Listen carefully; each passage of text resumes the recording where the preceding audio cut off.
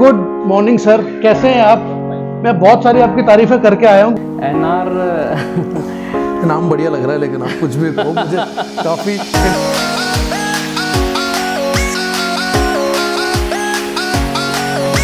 करनी है। परिवर्तन ही जीवन का नियम है जी। और लाइफ में आप देखेंगे कहीं ना कहीं हर टाइम टू टाइम चेंजेस बहुत हो रहे हैं, तो एक समय। हाँ जी, all good, can we roll up?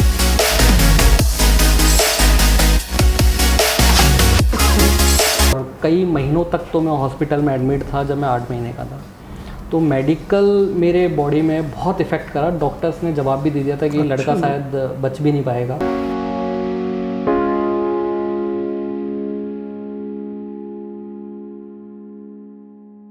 आप सोच रहे होंगे मैं आज गाड़ी वाड़ी के पास, रेंज रोवर के पास क्यों खड़ा हुआ हूं और क्या इसके पीछे रीज़न है। बट रीज़न बहुत बड़ा है। जब आप 32 साल की उम्र में कुछ अचीव करते हैं ना, और वो भी ऐसा अचीव करते हैं जब 45,000 बच्चों का साथ मिलता है आपको, और दिन भर आप 2000 से ज़्यादा बच्चों के साथ रहते हैं, और उसके साथ साथ अब जब आप इतनी सारी चीज़ें दुनिया में समाज के लिए कर जाते हैं, और आपकी एज होती है सिर्फ 32 साल, और आप चलते हैं इस गाड़ी से, तब आप दुनिया के लिए ट्रू मोटिवेशन या ट्रू इंस्पिरेशन बनते हैं। आज मैं जिनसे मिलने जा रहा हूं ना सफल कहानी में, उनका नाम है नरेंद्र रावत। वो डायरेक्टर हैं रावत एजुकेशनल ग्रुप के। इनके काफ़ी सारे स्कूल्स हैं, इनके बीएड कॉलेजेस हैं, इनके क्रिकेट एकेडमी है, इनके ऑडिटोरियम्स हैं, एंड ये सब चीज़ें ही has done at the age of 32। मेरे लिए कभी कभी ये मानना थोड़ा अलग हो जाता है कि एक छोटी सी उम्र में या 32 साल की उम्र में व्यक्ति कैसे ये सब चीज़ें कर सकते हैं। Is it achievable? बट आपके सामने लिविंग लेजेंड है, लिविंग एग्जाम्पल है कि चीज़ें किस तरीके से हो सकती हैं। And I am entering his cabin. हम उनसे खूब सारी बातें जानेंगे, बातें करेंगे, और बहुत सारी, और वो सब कुछ आपको बताऊंगा कि आप अपनी उम्र में अगर 32 साल के हैं तो कैसे कर सकते हैं। मे आई कम इन सर? कॉल पे बात कर रहे हैं सर, वंस ही इज फ्री और हमसे बात करेंगे। गुड मॉर्निंग सर, कैसे हैं आप? मैं बहुत सारी आपकी तारीफें करके आया हूं क्योंकि मैं पर्सनली बहुत वो करता हूं, और आज आपसे 40 मिनट हम खूब सारी बातें करने आए हैं।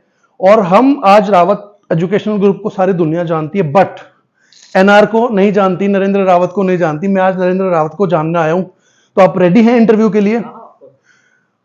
मैं आपको आज गारंटी देता हूं, आज के 40 मिनट्स भी आपकी जिंदगी के और ज्यादा अमेजिंग 40 मिनट्स होने वाले हैं। आइए सर, हम बैठते हैं हमारे इंटरव्यू के लिए, खूब सारी बातें करते हैं। शुरू।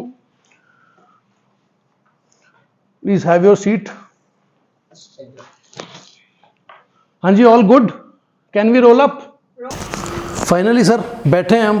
सर मैं एक बात बहुत मतलब मेरे दिमाग में घुस नहीं रही है। 32 साल आपकी उम्र है और इस आप एम्पायर को आपने पूरा का पूरा अपने हाथों से बनाया है। नरेंद्र जी, कहाँ से आती है ये चीज़? मतलब हमारे तो बस का है नहीं कि सब कुछ मैनेज कर लें, तो how do you manage thing? मतलब स्टोरी जाने से पहले मैं ये पूछना चाहूँगा। बेसिकली हमारा जो मूलतः निवास जो है देवभूमि उत्तराखंड से हम लोग बिलोंग करते हैं, और जन्मभूमि हमारी ये वीर भूमि जो राजस्थान है वहाँ से हुई है। तो बेसिकली ये जो एम्पायर है इसकी शुरुआत मेरे पिताजी ने करी थी, श्री BS रावत जी ने जी। और बहुत ही ज़बरदस्त स्ट्रगल किया था, और बहुत ही गरीबी से मेरे पिताजी ने ये देखा है पूरा, क्योंकि इतनी अच्छी स्ट्रॉन्ग फैमिली से हम लोग बिलोंग करते नहीं थे, बहुत गरीबी देखी है। तो पिताजी की एक शुरुआत सिंस 1983 रावत बाल विद्या निकेतन विवेक विहार से हुई थी, और आज करीबन हम लोग सोडाला में जो है। हाँ जी, हाँ अच्छा। जी, हाँ जी। उससे पहले क्या करते थे सर? आई मीन क्या प्रोफेशन था? फादर का बॉर्न जयपुर में ही हुआ है। अच्छा। और वह प्रेसिडेंट थे, वाइस प्रेसिडेंट थे हमारे राजस्थान यूनिवर्सिटी के। अरे वाह। और एज ए टीचर उन्होंने अपने जीवन की एक शुरुआत करी थी। अच्छा। और उसके बाद उन्होंने धीरे धीरे एक 50 बच्चे और 5 टीचर्स के साथ रावत बाल विद्या निकेतन विवेक विहार से एक शुरुआत करी थी। अच्छा। और सफ़र चलता रहा, और मैंने ज्वाइन 2008 में सेकंड ईयर से ही कर लिया था, जब मैं BCom सेकंड ईयर में था। अरे सर, तो सेकंड ईयर में तो इंटर्नशिप करने की उम्र होती है। आपने ऑर्गेनाइजेशन ज्वाइन किया, मतलब उस टाइम क्या ये नहीं लग रहा था कि आपको कि अभी तो सेकंड ईयर है कॉलेज में? नहीं, एक्चुअली जो मैंने देखा था, शुरुआत जो बचपन बीता था हम लोगों का एज ए गरीबी में ही बीता था। तो शुरू से कहीं ना कहीं हम लोगों ने गरीबी देखी थी, और पिताजी माताजी को स्ट्रगल करते हुए देखा था हम लोगों ने। तो एक था मेरे शुरू से ही, बचपन से ही, कि मैं पिताजी के नक्श कदमों में चलूं, और जो उन्होंने एक पहल स्टार्ट करी है एजुकेशन को लेके, एक सोसाइटी को लेके, कि एक सोसाइटी में एक बहुत बेहतरीन एजुकेशन हो, हर व्यक्ति को एजुकेशन मिले, सबसे मेन चीज़। चाहे हम भी लाखों करोड़ों रुपए फीस ले सकते हैं बच्चों से, फैमिलीज से, और लोग दे भी सकते हैं, बहुत बढ़िया आलीशान इंफ्रास्ट्रक्चर डेवलप कर सकते हैं, बट जो शुरू से ही एक सोच थी हम लोगों की कि हर व्यक्ति को एजुकेशन मिले, एक अच्छी एजुकेशन मिले, एक बेस्ट एजुकेशन मिले, एक मॉरल एजुकेशन मिले, तो उसी को देखते हुए हम लोगों ने ये शुरुआत करी और चीज़ें चलती जा रही है, कारवां चलता जा रहा है। तो कॉलेज आपकी, मतलब कॉलेज लाइफ कैसी, कहाँ से आपने कॉलेज किया है, कैसे चीज़ें? स्कूलिंग मेरी सेम रावत senior secondary school Vivek Vihar से। अच्छा, अपनी स्कूल से पढ़े हैं? ये बिल्कुल सही बात है। गवर्नमेंट वाले कहते हैं ना, गवर्नमेंट सर्वेंट है तो गवर्नमेंट स्कूलों में पढ़ाएं, तो आपको वो तो कोई कह नहीं सकता, क्योंकि खुद ही की ऑर्गेनाइजेशन से आपने स्टडीज़ की। उसके बाद I have done BCom Subodh college. अच्छा, सुबोध कॉलेज से मेरी बीकॉम हुई थी, तो फर्स्ट ईयर तक मैं एज ए रेगुलर कॉलेज रही थी मेरी। सेकेंड ईयर से ही मुझे लगा, क्योंकि जो मेरे फ्रेंड सर्किल थे, तो करीबन हम लोगों का एक 8 जनों का एक फ्रेंड सर्किल था। अच्छा, तो उनमें से केवल 2 जने पास हुए, मैं और मेरा एक दोस्त। अच्छा, बाकी सारे जो भी दोस्त थे सब फेल हो गए थे। किसी की बैक लग गई, किसी की फेल हुआ। तो ये तो कारण नहीं आपका फ्रेंड सर्किल छूटने का मेन? नहीं, अच्छा, स्कूलिंग थी साथ में, सबने एक साथ सुबोध कॉलेज ज्वाइन किया। तो ज्वाइन करते ही कॉलेजिंग गए, कॉलेज गए, हम लोगों ने स्टडीज़ भी करी, घूमे फिरे भी, काफ़ी इन्जॉय भी किया। बट सडनली जब रिज़ल्ट आया तो 2 लोग पास हुए, बाकी सब फेल हो गए। तो उस समय ऐसा था नहीं कि मुझे स्कूल ज्वाइन करना था, ऐसा कुछ करना था।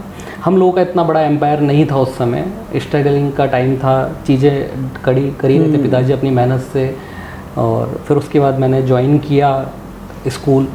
कुछ समय तक मैं अपने पिताजी के साथ रहा। तो तब तक हिंदी मीडियम तक ही सीमित थे? अच्छा, हाँ जी। तो 2009 में ये स्कूल स्टार्ट हुआ। 2008 में पिताजी के साथ काम करना स्टार्ट कर दिया था। तो मुझे लगा धीरे धीरे कि मुझे इसी फील्ड में आगे जाना चाहिए, देखना चाहिए, फोकस करना चाहिए, सोसाइटी के लिए कुछ कर सके। तो वो एक शुरुआत थी मेरी। फिर मैंने 2009 I have started this branch Rawat public schools as a CBSE school. Now is a top school in Rajasthan, India में भी अच्छा नाम आता है इस स्कूल का, और कई अवार्ड्स हम लोग जीत चुके हैं स्कूल के लिए। We have also associate in NABET। अच्छा, we have received British international awards, 7 time best school award this school. तो चीज़ें चलती रही। 150 से ज़्यादा अवार्ड्स आपके नाम है ना अभी एज ऑफ। अमेजिंग जर्नी है। अच्छा, एक चीज़ मैंने सुनी आपकी, कॉलेज इस स्कूल से या ऑर्गेनाइजेशन से प्यार इतना था कि आप अपनी पढ़ाई छोड़कर बीच में आ गए? हाँ, मैंने जैसा कि बताया कि 2008 से ज्वाइन कर लिया था।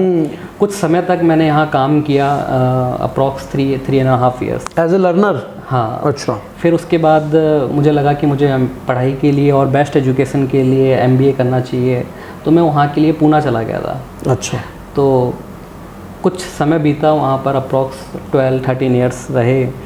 तो मुझे लगा कि कहीं ना कहीं बहुत कुछ मिस करके यहाँ पर स्टडी के लिए आ गया हूँ। फिर कहीं ना कहीं जुड़ाव हो गया था मेरा 3.5 साल में स्कूल से, बच्चों से, स्टाफ से, बहुत लोगों से एक कनेक्टिविटी बहुत अच्छी बन गई थी मेरी। तो मुझे लगा कि मुझे नहीं वहाँ होना चाहिए। अच्छा। तो मैं वो छोड़ के 12 दिन के बाद 12 दिन में छोड़ दिया कॉलेज की? नहीं, 12 दिन में एकदम रियलाइजेशन हो गई थी कि आना ही है। पिताजी ने मुझसे कई दिनों तक बात भी नहीं करी कि वो छोड़ के आया। अच्छा, गुस्सा हुए थे पापा? ऑब्वियसली, फादर का तो काम ही बिल्कुल। तो फादर मतलब घर पे फादर जैसे फादर हैं या प्रिंसिपल जैसे फादर हैं? फादर के साथ कैसा रहता है? फादर बड़े अच्छे दोस्त की तरह हैं, और एज ए प्रोफेशनली हम लोग काम कर रहे हैं, काफ़ी लंबे समय से काम कर रहे हैं। तो कहीं मैंने देखा है कि एज ए ऑर्गेनाइजेशन में हम रहते हैं तो बिल्कुल एज ए प्रोफेशनली हम लोग काम करते हैं, घर में रहते हैं, काफ़ी इन्जॉय भी करते हैं। सब कुछ आप शेयर कर सकते हैं फादर से? ऐसा तो मतलब जनरली अपनी वाली एज में लगता है कि यार ये बताना, ये नहीं बताना, या बहुत हर काम चीज़ माहौल तो देखो लाइफ की बहुत सारी पर्सनल होती है, हर चीज़ तो शेयर करना मुझे लगता नहीं है कि बट मोस्टली चीज़ें चल जाती हैं। हाँ ठीक है कि बट ये है मेरी लाइफ का एक बहुत अच्छा मोमेंट कि मैंने कभी भी अपने पिताजी से कभी भी ऐसी कोई बात छुपाई नहीं, या कभी मैंने उनसे हाइड करी, या उनके पीछे से मैंने कुछ ऐसे काम किए हो। तो मैंने कभी भी लाइफ में अपने पिताजी के बिना कभी कुछ किया नहीं, उनको बताता ज़रूर हूँ मैं। अरे वाह, अच्छा, आप भी you studied from a Hindi medium school, जी जी। और फिर आगे की भी ऑलमोस्ट एजुकेशन वैसे जैसे सुबोध की भी मैं बात करूं तो उसके बाद इंग्लिश मीडियम में, क्योंकि आप ही का सारा बनाया हुआ, आपका सारा स्ट्रक्चर करी हुई चीज़ें हैं, तो ये फेज़ कब आना स्टार्ट हुआ और कब आपको लगने लगा कि when I am the face of new generation तो मैं ये सब चीज़ें करनी है? परिवर्तन ही जीवन का नियम है जी। और लाइफ में आप देखेंगे कहीं ना कहीं हर टाइम टू टाइम चेंजेस बहुत हो रहे हैं। तो एक समय था कि हमें लगा कि रावत स्कूल की एक पहल इंग्लिश मीडियम में भी होनी चाहिए और उसको हम लोग और इंग्लिश यूनिवर्सिटी लेवल पे, मेडिकल यूनिवर्सिटी लेवल पे भी ले जाना चाहेंगे बहुत जल्दी। तो एक स्ट्रगल का टाइम था मेरा भी और पिताजी का भी, तो हम लोगों ने स्टार्ट करी और आज हम बहुत बेहतरीन लेवल पे CBSE स्कूल बहुत अच्छे लेवल पे चला रहे हैं। कितने बच्चे हैं अभी? यहाँ अप्रॉक्स 2400 कुछ बच्चे हैं यहाँ पर। 2400 बच्चों के साथ आप रोज़ रहते हो? 12,000 बच्चों के साथ में रोज। और इतने सीरियस रहते हो? मतलब बात है जब आप बच्चों में होते हो, मतलब यू आर जस्ट 32, और मैं आपको देख के मुझे हमेशा ये लगता है कि यार व्यक्ति इतना काम, इतना कंट्रोल्ड, इतना बैलेंस्ड, ये तो या तो सालों की आपकी तपस्या हो तब आता है। तो ये हाउ दिस हैपेंड? मतलब शुरुआत जैसा कि मैंने बताया कि बहुत जल्दी हो गई थी और ये मेरे लिए एक गर्व की बात भी है कि इतनी जल्दी मैंने ये स्टार्ट करा। तो मैंने शुरू से ही, जैसा मैंने बताया कि गरीबी देखी हम लोगों ने, पिताजी ने बहुत देखी, हमने कम देखी बट देखी ज़रूर, और स्ट्रगल देखा। एक गॉड गिफ्टेड भी होते हैं कई कि भगवान किसी व्यक्ति को ऐसा बना के भेजता है कि कुछ सोसाइटी के लिए, समाज के लिए कुछ कर सके। तो बचपन से सीरियस? तो नहीं, सीरियस नहीं, मैं बहुत क्लास में स्कूल से 2-3 बार रस्टिकेट भी हो गया था। हाँ, ये वाली चीज़ ज़रूरी चाहिए। हाँ जी। तो स्कूल से 2-3 बार मैं रस्टिकेट भी हो चुका हूँ। उसके पीछे रीज़न था कि कई बार टीचर का कई बार अंडरस्टैंडिंग प्रॉपर नहीं हो पाती, तो कई बार मैंने ऑब्जेक्शन उठाने की कोशिश करी। घर का स्कूल था तो पिताजी बहुत ज़्यादा स्ट्रिक्ट थे, वो बात सुनने की जगह सीधा रस्टिकेट ही कर देते थे कि अलाउड खुद ही की स्कूल से खुद ही रस्टिकेट। वाह। तो अब जब बच्चे आते हैं कभी कभी ऐसा, तो उनको कभी आपको लगता है कि यार ये शायद मतलब वो समझने में इजी होता है बच्चों को कभी, या हाँ, जब नोटिस दे रहे होते हो? अभी जो बच्चे और मेरी एज में इतना ज़्यादा डिफरेंस है नहीं। हाँ। तो एक अंडरस्टैंडिंग बहुत अच्छी रहती है। बच्चों की जो भी प्रॉब्लम्स होती है या यहाँ के पेरेंट्स की हो, स्टाफ की हो, तो कहीं ना कहीं मुझे लगता है कि वो मैं अंडरस्टैंडिंग बहुत अच्छे लेवल पे समझ पाता हूँ और उनकी प्रॉब्लम्स को काफ़ी अच्छे लेवल पे सॉर्ट आउट भी करते हैं। वाह। और फर्स्ट अवार्ड कौन सा था आपका? फर्स्ट अवार्ड मुझे 2014 के आसपास में हुआ था। मुझे लॉरेंस इंटरनेशनल क्लब की ओर से यंग यूथ अवार्ड रिकमेंड किया गया था वहाँ के ऑर्गेनाइजेशन ने। अच्छा। तो मेरे लिए एक स्टार्टिंग थी, एक शुभारंभ था और अब ये चीज़ें चलती जा रही हैं। वाह। तो अवार्ड जब मिलता है, कोई भी अवार्ड मिलता है, अब तो जैसे आदत हो गई, मेरे को लगता है आप हर हफ्ते कोई ना कोई अवार्ड ले रहे होते हैं। आफ्टर दैट अवार्ड वो वाली फीलिंग कौन सी होती है? मतलब ये क्या मोटिवेशन है आपका अवार्ड्स, या अब पार्ट ऑफ लाइफ हो गया है? क्योंकि मैं इस पे इसलिए आना चाह रहा हूँ क्योंकि जो आप बाकी काम भी करते हो ना रादर देन ये, वो बहुत इंस्पायरिंग है। चाहे आपके ऑर्गेनाइजेशन के ये वेलफेयर वाली ऑर्गेनाइजेशन हो, अक्षेंद्र वाली, या दूसरे और सोसाइटी के काम है, इनकी मोटिवेशन किधर से आ रही है? देखो, हर अवार्ड हर ऊर्जा, एक नए उत्साह और प्रोत्साहन देता है। और जब भी अवार्ड में मेरा नाम रिकमेंड होता है या मुझे सेलेक्ट किया जाता है तो एक गर्व फील होता है कि वाकई में हम कुछ सोसाइटी के लिए कुछ कर पा रहे हैं। और मेरा मानना है कि अवार्ड्स हम लोगों को कहीं ना कहीं एक मोटिवेट करते हैं अंदर से, कि जब भी कभी नाम होता है तो लगता है कि यार कुछ कर रहे हैं हम लोग। अरे वाह। तो कभी ऐसा हुआ है कि बचपन में लग रहा था, पिटाई हुई है आपकी कभी स्कूल्स में? बहुत पिटाई हुई है मेरी। पर आप नहीं पीटते बच्चों को कभी?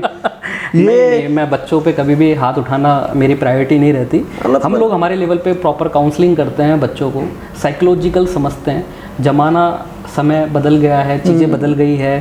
पहले की एजुकेशन आज की एजुकेशन में टोटली डिफरेंट। बिल्कुल। तो वो वाली पिटाई भूल गए हैं आप कि हाँ, नहीं? वो चीज़ें अब नहीं चलती। अब नहीं चलती। समय भी नहीं है ऐसा कि बच्चों को फिजिकली पनिशमेंट दिया जाए। तो हमारी कोशिश रहती है कि बच्चों को प्रॉपर काउंसलिंग करके हम लोग गाइडेंस दें। अरे वाह। अच्छा, मैं आपको एनआर बुला सकता हूँ ना? हाँ, मतलब आपका लोगो मैंने देखा है।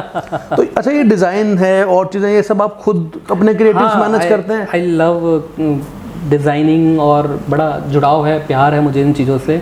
खुद का अपना एक विज़न लेके मैं इन डिज़ाइन को क्रिएट करवाता हूँ। स्टार्टिंग में मुझे बहुत समय लगता था, अब काफ़ी अच्छा एक्सपीरियंस भी हो गया है। और जो मेरी टीम है, तो उनको भी आइडिया पता चल गया है कि सर कैसे काम करते हैं, कैसे चीज़ों को चाहते हैं क्रिएट करना।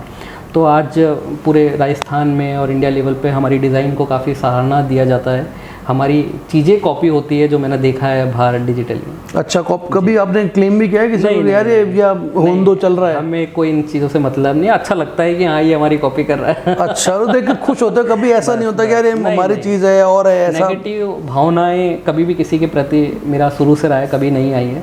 उल्टा हमें अच्छा और लगता है कि हाँ यार ये हमें फॉलो अप कर रहे हैं। यार ये उत्तराखंड वाली स्वीटनेस आपने हमेशा कैरी करके चले हैं आप, वाओ अमेजिंग। अच्छा, वैसे रूटीन आपका क्या रहता है जनरली?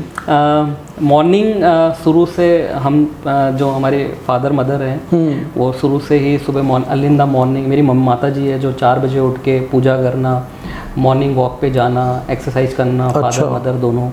तो शुरू से ही बचपन से ही जो स्कूलिंग थी तो पिताजी की आदत थी कि जब वो खुद सेंट्रल पार्क जाते थे माता जी दोनों, तो हमें उठा के जाते थे। तो आज मैं कभी रेयर केस में आफ्टर 12 o'clock भी सोऊंगा ना, तो मेरी पता नहीं क्या आदत है कि मैं 5 o'clock उठ ही जाता। 5 बजे? 32 साल वाला बताओ सर रूटीन। ये तो पापा वाला रूटीन बता। सही में आप 5 बजे उठते हो? मैं बिफोर मैरिज 3:30 उठता था और मेरा जो सोने का जो टाइम था वो 8 o'clock के आसपास में हुआ करता। शार्प। आप अक्षय कुमार से भी आगे निकल गए हो। नहीं अक्षय, वो फिर भी 4 बजे तो उठ रहे थे। अच्छा, 3:30 उठने के बाद क्या एक्सरसाइजेज, योगा वगैरह कुछ? 3:30 उठने के बाद मैं स्टडीज़ करता था, क्योंकि जैसा कि बताया कि इंग्लिश मीडियम से हिंदी मीडियम से इंग्लिश मीडियम में टर्न अप होना। अच्छा, तो वो पूरा पढ़ा है आपने चीज़ें? हाँ, खुद को भी ट्रांसफॉर्म किया है। हाँ, वाओ। और दूसरा CBSE स्कूल की कई गाइडेंस होती है, एजुकेशन सिस्टम को कैसे और बेहतरीन इम्प्रूवमेंट करा जा सकता है, सोसाइटी को हम क्या और बेहतरीन दे सकते हैं। तो उसकी प्लानिंग मैं आफ्टर 3:30 से लेके और 5 o'clock के बिटवीन करता था। और 5 o'clock के आसपास में ई-पेपर डाउनलोड होता था। अच्छा, 5 o'clock से पहले नहीं होता ई-पेपर, चाहे आप भास्कर का लीजिए चाहे पत्रिका लीजिए, दैट टाइम। हाँ, उससे पहले करेंगे तो एरर दिखाता था, वो आफ्टर 5 o'clock के बाद ही होता था। आफ्टर 5 o'clock से लेके और 5:30 तक मैं ई-पेपर पढ़ता था। फिर देन आई वेंट जिम, मैं जिम चला जाता था। ये सुबह का रूटीन रहता है? ये सुबह का रूटीन रहता था। फिर मैं स्कूल आ जाया करता था 8 बजे के आस। अच्छा, वैसे भी आप स्कूल्स में तो वैसे 7, सवा 7 और अर्ली मॉर्निंग का टाइम ज़्यादा रहता है ना, तो आदत है। उसके बाद इवनिंग्स में मेरे को वर्किंग करते करते अप्रॉक्स 5-6 o'clock तक हो ही जाते थे।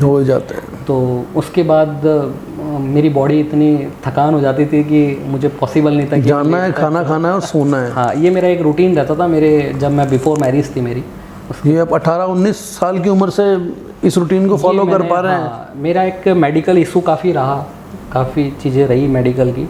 जब मैं पैदा हुआ था जी, तो 8 महीने का था, तो पापा मम्मी गांव चले गए थे उत्तराखंड कोई पूजा के लिए। अच्छा। तो मैं 8 महीने का था, तो उस समय विंटर का टाइम हुआ करता था, पहाड़ों में बहुत ही ज़्यादा बर्फ़ और ठंड बहुत हुआ करती थी। तो मेडिकल इशू मेरे बहुत ज़्यादा हुआ और करीबन मेरा 12-13 साल तक इलाज चला और कई महीनों तक तो मैं हॉस्पिटल में एडमिट था जब मैं 8 महीने का था। तो मेडिकल मेरे बॉडी में बहुत इफ़ेक्ट करा। डॉक्टर्स ने जवाब भी दे दिया था कि लड़का शायद बच भी नहीं पाएगा। तो मम्मी पापा ने कभी हार नहीं मानी और बहुत ही प्रयास किया, बहुत डॉक्टर्स लोग से बात करी, इलाज चला।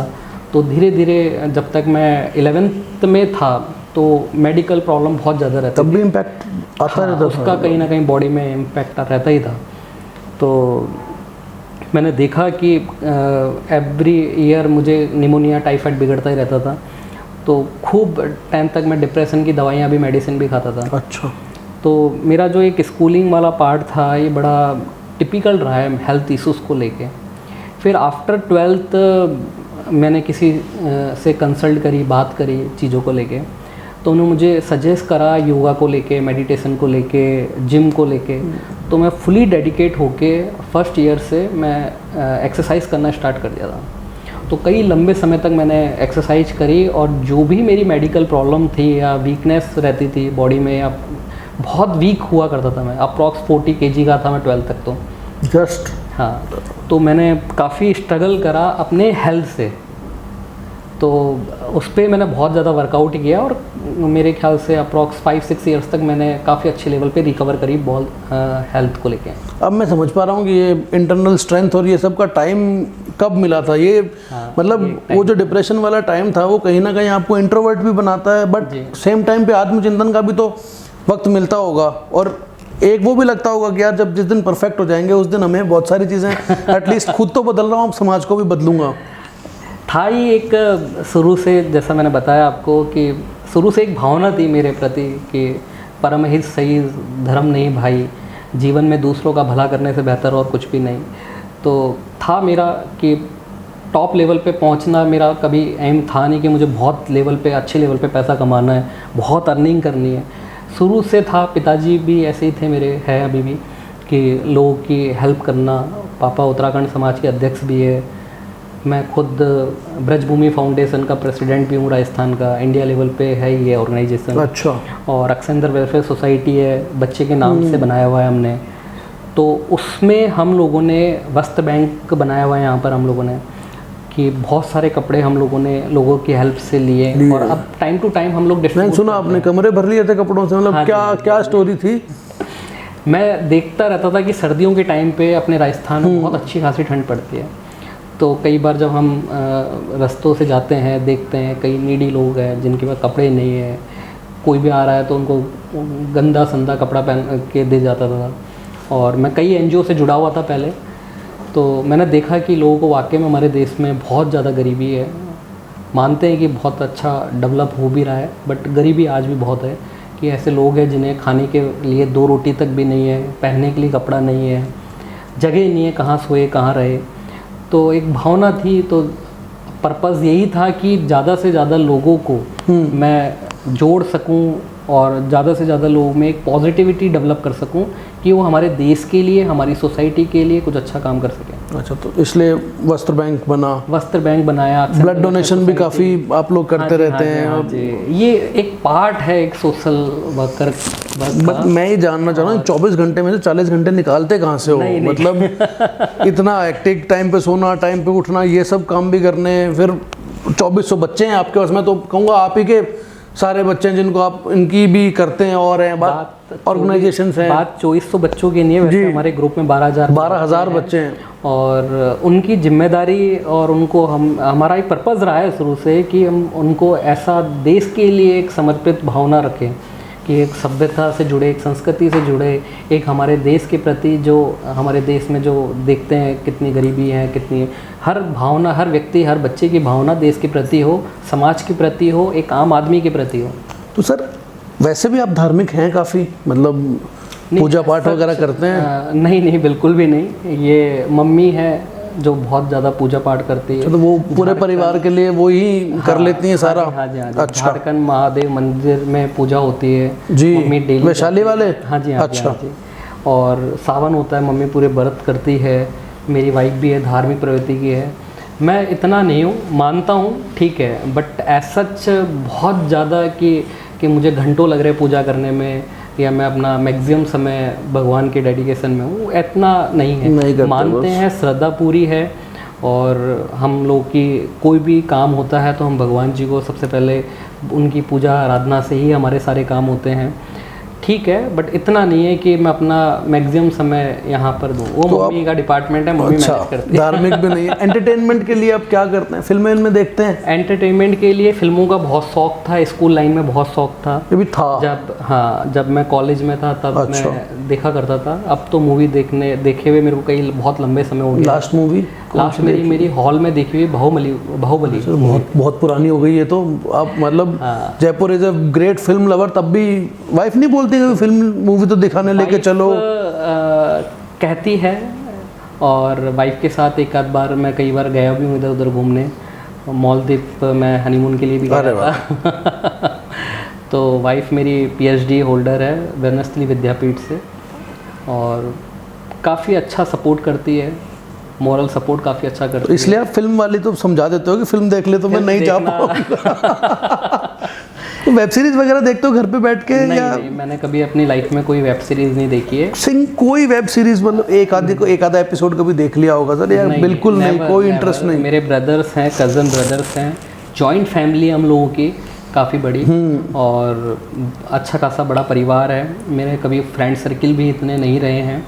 प्रोफेशनली रिलेशन मेरे बहुत अच्छे स्ट्रॉन्ग है काफ़ी अच्छे लोगों से, बट एज ए पर्सनल जैसे फ्रेंड सर्किल होता है, कई बार मेरी वाइफ भी कहती है कि आपका मैंने कभी दोस्त हाँ, देखा ही ऑब्वियसली हक है उनका ये पूछना तो पर बोला हमेशा मैं अपनी फ्रेंडों को ही मिलाते हूँ, कभी अपने हाँ, मिलाओ किसी से तो कभी आके, पर नहीं है। अच्छा, इवेंचुअली काम में इतने बिजी हो गए होंगे तो सब चीज़ें छूट गई होंगी। काम में नहीं सर, मेरा विज़न कुछ है अपने देश के प्रति कुछ मैं कर सकूं, तो उसी विजन को लेते हुए मैं काम कर रहा हूं। बहुत स्ट्रिक्ट हैं आप उस बात पे। हाँ, उसके लिए मैं कभी कॉम्प्रोमाइज़ नहीं करना। अच्छा, डिसीजन मेकिंग आप कैसे, क्या किस बेस पर डिसीजन करते हैं? मेकिंग मैं शुरू से काफ़ी स्ट्रॉन्ग रहा हूँ डिसीजन मेकिंग को लेके हुए, और बचपन से ही मैंने बहुत बड़े अच्छे डिसीजन लिए हैं लाइफ में। बहुत हार्श डिसीजन भी लिए हैं जीवन के, कभी ऐसे पड़ाव भी हुए मेरे साथ, और कभी एजुकेशन में भी मैंने बहुत अच्छे लेवल पे काफ़ी स्ट्रिक्ट डिसीजन लिए कई बार। कोई एक ऐसा डिसीजन मुझे बताओगे जो आपको लगा होगा यार ये मुझे लेना है, या मेरी सिंप्लिसिटी के आगे आड़े आ रहा है, या कुछ भी ऐसा हुआ हो कभी कि वो जीवन में देखो, अभी जो मेरी एज है बहुत ज़्यादा तो है नहीं, ऐसी age, I am 32 years is old, और जो मैंने देखा है इन 14-15 ईयर्स से, जब से मैं एक पढ़ाओ स्टार्ट करा था अपना करियर को लेके, तो डिसीजन को लेके बहुत सारी चीज़ें आई है। फादर और मेरी बॉन्डिंग काफ़ी अच्छी रही है, बट कई बार ऐसा मैंने देखा है, महसूस भी किया है, मेरी सोच या मेरा विज़न, एज फैक्टर कहीं ना कहीं थोड़ा बहुत आ जाता है जी, आता ही है जीवन में, ये फादर और सन का, जब वो एक ही ऑर्गेनाइजेशन में काम करते हैं या विज़न को लेके, तो कई बार आ जाती है चीज़ें। तो कई बार मेरे को मुझे लगता है कि नहीं यार, ये चीज़ कहीं ना कहीं मुझे लगता है कि ये गलत डिसीजन हो रहा है, तो मुझे कहीं ना कहीं स्ट्रिक्ट डिसीजन लेने पड़ते हैं और उन्हें कन्विंस करने की कोशिश करनी पड़ती है। लेंगे तो करते हैं फिर वो चीज़। हाँ, मैं करता हूँ। या ऐसा तो नहीं होता कि मना करने के बाद आपको लगता है कि कर तो लेते हैं, बाद में हम उसको प्रूव कर देंगे कि ये राइट डिसीजन हो जाएगा?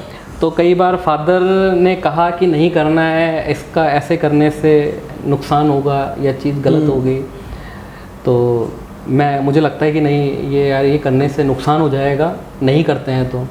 तो कई बार हम अपने रिस्क पे ये चीज़ कर तो लेते हैं, फिर हमें पूरी शिद्दत के साथ उसे और उसकी सॉल्व रिस्पॉन्सिबिलिटी भी फिर हमारी होगी कि हमें करना ही पड़ेगा। मैंने अपने जीवन में जब भी कोई काम किया है फुल रिस्पॉन्सिबिलिटी के साथ किया है, और मुझे लगा कि उसे प्रूफ करके भी दिखाया है।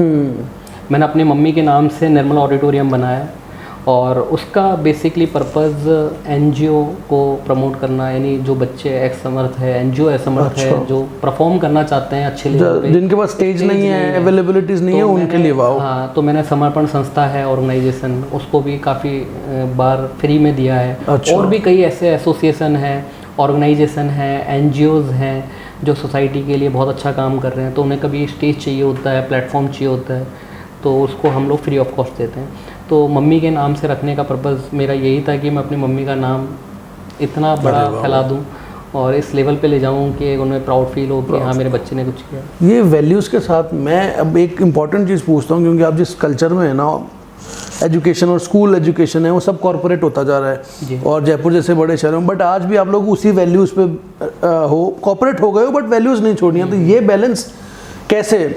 क्योंकि ये कॉर्पोरेट होंगे तो आपको बहुत स्ट्रिक्ट होना पड़ता है मैनेजमेंट के साथ और चीज़ों के पास, इसका बैलेंसिंग कहाँ से आया? ये चीज़ें बाय बॉर्न ही है, जो पिताजी ने या हमारा जो शुरू से रहा है एजुकेशन की, ज़्यादा से ज़्यादा बच्चों तक हम एजुकेशन दें। और आज नो डाउट बहुत सारे ऐसे कॉर्पोरेट्स आ गए हैं। वैसे तो स्कूल एक सेवा वाला भाव होना चाहिए, exactly, not corporate, not business, ये चीज़ें कभी आनी ही नहीं चाहिए लाइफ में। तो हमने जो महसूस किया है या जो भावनाएं हम मैनेजमेंट में है हम लोगों में, कि कभी भी फाइनेंशियली कभी भी किसी को इतना परेशान नहीं करना कि वो कभी आपको कहे कि यार इस ऑर्गेनाइजेशन में, केवल स्कूल ही तो ऐसा एक ऑर्गेनाइजेशन है जहाँ लोग कहा जाता है गुरु गोविंद दो खड़े काके लागू पाए, exactly. बलियारी गुरु आपने गोविंद दियो बताए। गुरु का दर्जा हमेशा ईश्वर से बड़ा बताया गया है।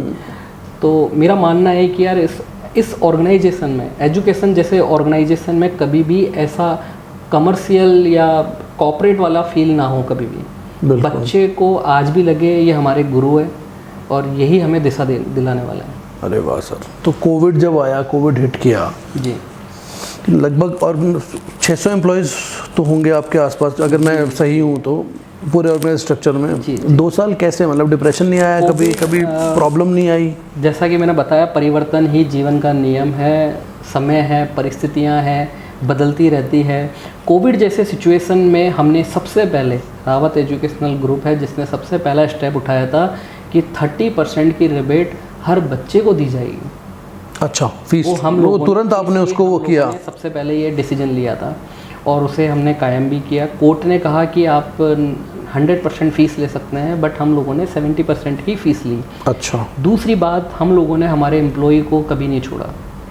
हमने पूरा सपोर्ट करा, पूरा साथ दिया। किसी की कोई फैमिली प्रॉब्लम हुई हो, मेडिकल इशू हुआ हो, हम लोगों ने पूरा उस चीज़ पे फोकस किया।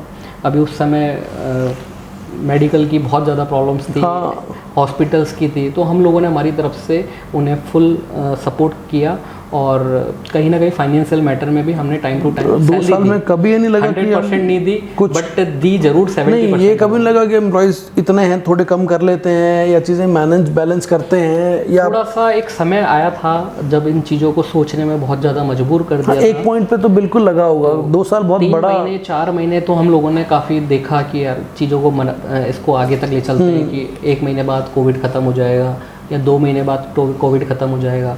जो रावत एजुकेशनल की जो गुडविल है वो कहीं ना कहीं बहुत स्ट्रॉन्ग गुडविल है। सभी की एक कहीं ना कहीं एक्सपेक्टेशन भी है कि रावत एजुकेशनल ग्रुप कभी ऐसा नहीं करेगा। बट जो मैंने देखा कि यार 3-4 महीने बाद सोचने को मजबूर हो गया था मैनेजमेंट कि क्या करना चाहिए, कि स्टाफ को हटा दिया जाए या स्टाफ की सैलरी रोक दी जाए, या पेरेंट्सों से फीस आ नहीं रही, रेस्पॉन्स आ नहीं रहा, गवर्नमेंट फेवर में नहीं थी। तो टाइम था, बड़ा टिपिकल टाइम था, बट हम लोगों ने पेशेंस रखा चीज़ों को लेके। सबसे इम्पोर्टेंट चीज़ लाइफ में एक पेशेंस बहुत ज़रूरी है। और लॉस भी काफ़ी हुआ, लॉस हुआ, नो डाउट बहुत लॉस हुआ। बच्चों में फ्लक्चुएशंस काफ़ी आए, एडमिशन्स भी काफ़ी कम हुए थे। हर स्कूल की थी प्रॉब्लम, बट काफ़ी हम लोगों ने हमारे हद तक सपोर्ट किया था। अरे वाह। और उसके बाद अब वो वापस चीज़ें बैलेंस हो गई हैं? हाँ, नाउ एवरीथिंग इज़ नॉर्मल और बहुत अच्छा रिस्पॉन्स रहा है इस पेंडेमिक के बाद स्कूल्स का, Rawat schools of colleges schools का, जहाँ नंबर ऑफ एडमिशन्स हम लोगों के वही फुल हो चुके हैं। वाह। तो आप अपने आप को एक वेरी स्ट्रिक्ट एजुकेटर मानते हो या बहुत लीनियंट एजुकेटर मानते हो? मैं कोई स्ट्रिक्ट नहीं हूँ, I am very normal person और बहुत इन्जॉय से अपनी लाइफ को जीता हूँ। इन्जॉय का मतलब ये नहीं होता है कि आप कोई बहुत बढ़िया पार्टीज़ कर रहे हैं, बहुत अच्छे लॉन्च में जा रहे हैं। इन्जॉय मुझे अपने बच्चों में दिखता है, स्कूल के बच्चों में दिखता है, स्टाफ में दिखता है, मेरे को फैमिली में उनके साथ रहना, बात करना, उसमें मुझे कहीं ना कहीं एक इन्जॉयमेंट लगता है। कभी ऐसे मन ही नहीं हुआ कभी आपका इतने सालों में कि यार मैं भी पार्टी करना चाहता हूँ, मैं घूमना है, मेरे को? ऐसा नहीं है कुछ। मैं जाते हैं, फैमिली के साथ जाते हैं, वो भी फैमिली के साथ, वाइफ के साथ, हस्बैंड अच्छा। और मैं। अच्छा, दोस्त तो आप दोस्त? हाँ, फ्रेंड सर्किल मैंने बताया कि फर्स्ट ईयर के बाद ही मेरा काफ़ी अच्छा खासा फ्रेंड सर्किल था पहले, उसके बाद ब्रेक हो ही गया था।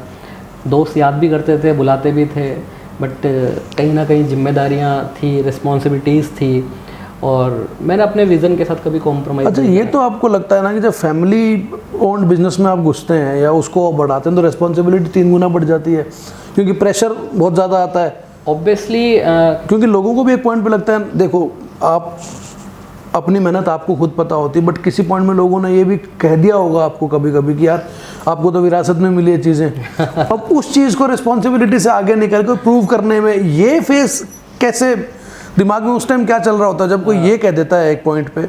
अब जैसे हमें पता है, हमने आप क्लोज से अगर आपको देखा है, जो जानने वाले लोग हैं उन्हें आपका स्ट्रगल पता है, बट ये जब कोई आदमी आपको कहता है, व्यक्ति कि अच्छा इनको तो ये तो सिल्वर स्पून के साथ पैदा हुए हैं या इनको तो मिल ही गया होगा, उसको कैसे टैकल करते हैं आप? हर व्यक्ति को बोलने का अधिकार है, हमारा संविधान यही कहता है कि कोई भी व्यक्ति कुछ भी बोल सकता है। और नो डाउट मेरे पिताजी, जैसा कि मैंने बताया कि बहुत स्ट्रगल किया है, बहुत मेहनत करी है, बट जहाँ मैं देखता हूँ अपने आप को और अपने पिताजी को, तो पिताजी के कंपैरिजन में कभी जीवन में कभी नहीं कर सकता। उनकी जो मेहनत है या उनका जो सोच है तो वो हमेशा सुप्रीम ही रहेगा। बट बहुत चीज़ें ऐसी होती है लाइफ में कि हर व्यक्ति की उम्मीदें होती है कि मैं जीवन में बहुत कुछ करना चाहता हूँ, अपने परिवार के लिए, अपने समाज के लिए, अपने देश के लिए। तो एक प्रयास था छोटा सा, मैंने भी अपने लेवल पे किया है। और व्यक्ति आते हैं, बोलते हैं, कहते हैं, सुनते हैं, समझते हैं। और अब कहीं ना कहीं एक जो मुझे इतने अवार्ड मिले हैं, और अभी मुझे रिसेंटली मॉरिशस प्रेसिडेंट से भी अवार्ड सम्मान के लिए, प्रेसिडेंट ऑफ मॉरिशस, हाँ जी, ये इसकी क्या स्टोरी है? मतलब ये कोई एक्सचेंज प्रोग्राम है या ये कोई एक ऑर्गेनाइजेशन है? अच्छा। उन ऑर्गेनाइजेशन ने पूरे इंडिया में और 1-2 कंट्रीज़ में कुछ 50 कुछ लोग सेलेक्ट मिलाकर सबको? हाँ अरे जी, वाह। हाँ जी। तो काफ़ी लोगों ने रिकमेंड का, यानी काफ़ी लोगों ने इसमें नॉमिनेशन किया था। अच्छा। उस नॉमिनेशन में मेरा नाम भी था। तो फ़ोन आया एक दिन कि यू आर सेलेक्टेड, आपकी प्रोफाइल को देख के सेलेक्ट करा जा रहा है। वाह। तो बड़ा अच्छा लगा। अरे obviously this is honour for our country. अब तो हाँ, तो कब अक्टूबर में मिलेगा आपको? जी, जी, अच्छा, अक्टूबर के फर्स्ट वीक में ही है, 6 अक्टूबर के आसपास में ये प्रोग्राम है। क्या बात है। होपफुली अगर हमारा एपिसोड उससे पहले रिलीज हो गया तो आप लोग ज़रूर देखना। मतलब अपनी ब्रांडिंग तो हम भी थोड़ी बहुत करेंगे। थोड़ी बहुत इंपॉर्टेंट है, यही है सर हमारे पास। हम तो बातचीत करके ही चीज़ें कर लेते हैं। कुछ अपनी पर्सनल लाइफ के बारे में मुझे बताइए ना, मतलब कैसी रही है पर्सनल लाइफ? शादी से पहले बड़ी नॉर्मल रही है, इतना कुछ ज़्यादा एंटरटेनमेंट है नहीं मेरी पर्सनल लाइफ में। तो दोस्त नहीं है, बाहर आप जाते नहीं हैं, घूमते आप है नहीं, प्यार मोहब्बत कभी हुई है ऐसा कुछ या नहीं? प्यार मोहब्बत आपने बात छेड़ी है। हाँ। तो अपने काम से मैंने की है, अपने विज़न से की है। और सबसे इम्पोर्टेंट चीज़ जो मेरे मम्मी पापा की जो उम्मीदें हैं, विश्वास है कि हमारे बच्चे कुछ अच्छा करें समाज के लिए, सोसाइटी के लिए, तो उसी विज़न के साथ ही मैंने प्यार मोहब्बत करी है कि एक दिन उनको भी प्राउड फील हो कि हाँ, मेरे बेटे नरेंद्र ने कुछ किया है। अरे सर मैं क्या हाथ जोड़ लूँ क्या? मतलब मैं सिर्फ इसलिए, मेरे को ऐसा लग रहा है कि यार इस अभी मतलब आपसे 2-3 साल ही छोटे होंगे और हमको लगता है कि यार ये सब चीज़ें सोचने के लिए वक्त ही नहीं है, अभी कुछ कर लें, कुछ करें, कुछ। बट आप इतना कुछ सोच पा रहे हो, मतलब मुझे ये सब शब्द नहीं मिल रहे कि मैं आपसे और चीज़ें पूछूं कैसे इतना। और दूसरी बात ये भी है कि मेरी सबसे बड़ी मजबूरी है कि हमारे पास वक्त नहीं होता। मतलब मैं चाहता सबके साथ ये हूँ कि मैं 5 घंटे बैठा रहा हूँ, 6 घंटे बैठा रहा हूँ, बट क्योंकि 40 मिनट में एपिसोड हमें ख़त्म करना होता है, तो इसको समापन की ओर अगर मैं ले जाऊँ तो मुझे एक तो ये बताओ फाइनली अब आगे क्या है? मतलब आपने 8, मेरे ख्याल कितने 8 हो गए हैं आपके अभी? हाँ जी, हाँ जी। हम लोगों के स्कूल्स हैं, कॉलेजेस हैं हम लोगों के। विवेक विहार में है, मानसूर में है, प्रताप नगर में है, भागरोटा में है। कॉलेजेस चलते हैं हम लोगों के रावत की। तो आप एक विद्याधर नगर में और वैशाली में और खोल लीजिए तो पूरा जयपुर कवर हो जाएगा।